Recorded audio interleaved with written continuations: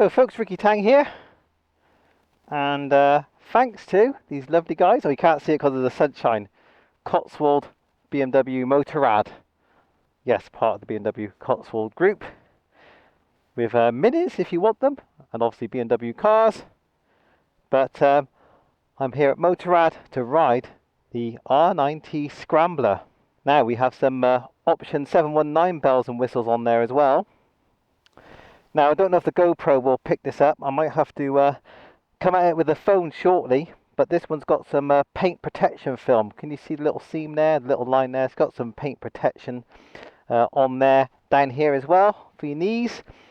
And the guy who does the paint protection also gets some stickers to black out this logo. That's normally clear, so he's blacked that out. It looks very nice indeed. Okie dokie. Oh yeah, turn the bike on will help. I have done this before, you know. Kind of rocked to the right as I started the bike, and much more than I expected, but yeah, all good. Now this machine is only a baby 49 miles on the clock. A lot of bikes I ride nowadays have digital speedos and digital displays. It's taken a little while to get used to traditional speedo here, but I'm figuring it out. Shame about the horn. So when I rode the R9T, so I kind of likened it to a boxer version of the S1000 single R. It kind of felt more committed and sportier than even my R1250R, which I assumed going in would be the sportier of the two bikes. But yeah, I found the R9T quite a uncompromising motorbike to ride. Fun though, and handled well. It left me wondering then if maybe the Scrambler might be a better choice for riding on Britain's roads than the 17-inch wheel version. Certainly the riding position is more relaxed on this model. My legs are not swept back very far, 5 or 10 degrees. Sat quite upright, there's not much of a lean, if any, to the bars. The seat's a little bit firm, but otherwise I'm liking the riding position. It's a very pleasant thing to sit on and ride, but you gotta like naked bikes and be prepared for a bit of wind blast at higher speeds. I can't quite remember what the in term is for this generation of engine. I think it might be hex head.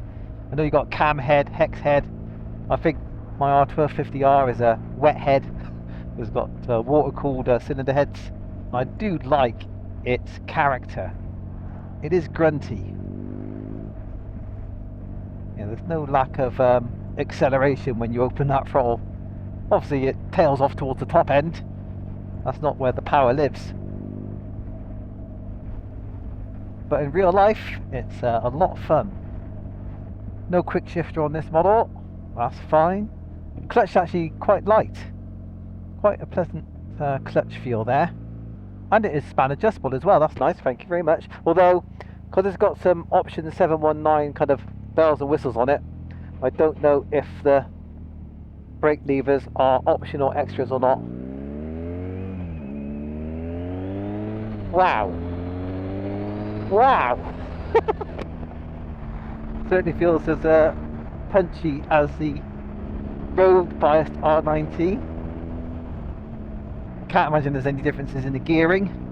However, this bike with its 19-inch front wheel has got a longer wheelbase. I'm not sure if that's purely to the front wheel and the front suspension, or they're doing anything at the back of the bike. But if I remember rightly, the R9T Pure is a wheelbase of, I think, 1487 millimeters. I think this one's 1527 millimeters, some 40 mil, and nearly 2 inches longer. So it should be a bit more stable around the bends. One thing I find a bit of a shame is that there's just one dial in front of me, so I got no rev counter and I got no gear indicator. Then again, it is styled like a kind of an off-road, stripped down back motorbike. So I suppose you shouldn't expect too much. Having said that, it looks pretty luxurious in this option 719 paint scheme. I don't think I want to be dropping it on a rocky trail somewhere. Spoil that lovely paint of the brake light. Okay, brake's decent. There's not a lot of bite there, but again, the bike's not got many miles on it, so might still be bedding the brake pads in. That one? That one, not much to it, but again, it might be a case of having to bed in the pads. What I am finding is that the ride is quite firm. Firmer than I expected for a bike called a Scrambler. Yeah, it's pretty kind of not bouncy, because bouncy kind of gives the indication that the suspension is not well controlled. The bounce is not right. Just firm. And the seat's quite flat, so you can actually hang off if you want to look a bit daft. It will let you.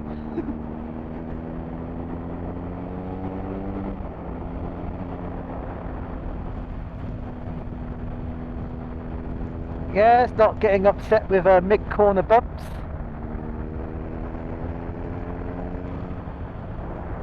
So yeah, despite the name, back road seems to be kind of a good spot for this bike.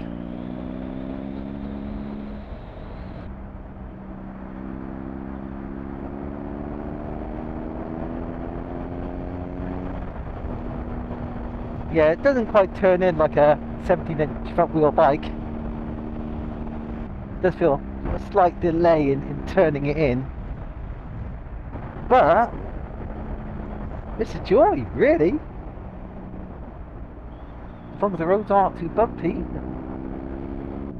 The bike is generally feeling smooth as well. I feel a bit of the engine working away in the handlebars at different revs, but it's not annoying yet. No vibration through the seat as such. Pegs feel alright as well. Yeah, not too it's not agricultural. It does feel a little bit retro, but doesn't feel rough. And it can do relaxing stuff like this very easily. What I mean by that is you could pose on this bike. We have several riding modes: road, dirt mode, rain. I think that's it. So a dirt mode, that kind of loosens off the ABS and traction control nannies. Gives them the afternoon off. Well, not fully. They are still active, but you can get a little bit swazy. Gorgeous looking thing. Brembo brakes. I think possibly 320mm discs as well. Not much in terms of vibration so far. It's been quite comfortable on the ride. The only thing is that seat is a little firm, but I'm sure aftermarkets will be available. And if you're buying a BMW, you've probably got a bit of spare cash to splash on some Farkles and some upgrades. Shame I can't show you the exhaust from this angle. It does look quite nice. You can see it, but it's in the shade. Might walk the bike around in a minute and show you the other side in the sun. I might try that. Shaft drive. I'm a fan of shaft drive. Well, BMWs at least, because yeah, they are very nice to ride. They don't feel too unusual. It's not an acquired taste anymore like BMWs of old. LED indicators by the looks of it. So see if I can see the lights. I don't think I'll get full lights unless I have the engine running. The DRLs are on, at least. Oh, well, I suppose I could call the indicators subtle. I suppose when you're in line with them, they're quite bright. They're not bad. But from a standing position, they're a little dim. That's main beam, I think. Looks like low beam is automated somehow with the DRLs. I'm not quite sure. I haven't really got time to figure it out, but...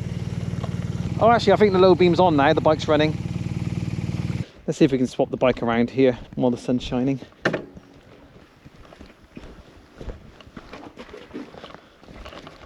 Wow, okay, we've got a problem. Nowhere to really grab at the back to push it backwards. Not the best bit of parking you'll ever see, but anyway, yeah, looking good from this side. I like the exhaust. I thought I saw a model with a single exhaust. That might be the Urban GS. Another model I'd like to ride. Loving the single-sided swing arm, so you can see this side exposed. Oh, god damn it, it looks so good. You got to try and get a photo of the bike.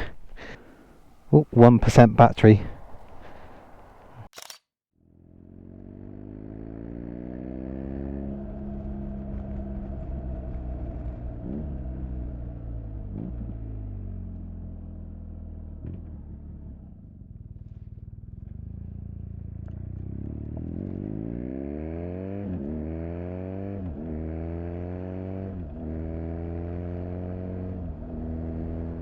Now, as much as I like the spoke wheels, I have the sneaking suspicion that they're an upgrade.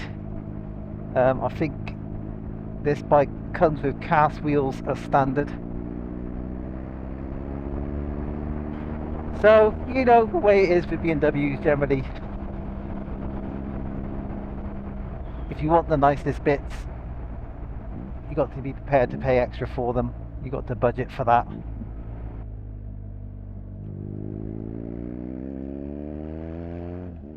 Yeah, this bike could stand a standing riding position, but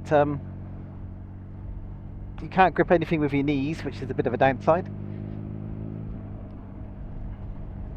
Yeah, can't stand up straight on it. But yeah, maybe just a bit more of a higher handlebar, maybe with a cross brace then, because it'll be a bit high and wide. You can stand up. One thing I can't find on this bike is a fuel level. It looks like I have to wait for a warning light to come on. Typical BMW switchgear. I know this is a silly petty thing, but the indicator push to cancel switch feels stiffer and more tactile than the one on my BMW R1250R, and I am jealous. Liking the mirrors. They're big, they're far apart, you can clearly see what's behind you until you start to get on the throttle. When you make the engine work, they do vibrate quite a lot. But on a neutral throttle, it's a nice view, especially with the sun setting behind me. It's actually quite picturesque.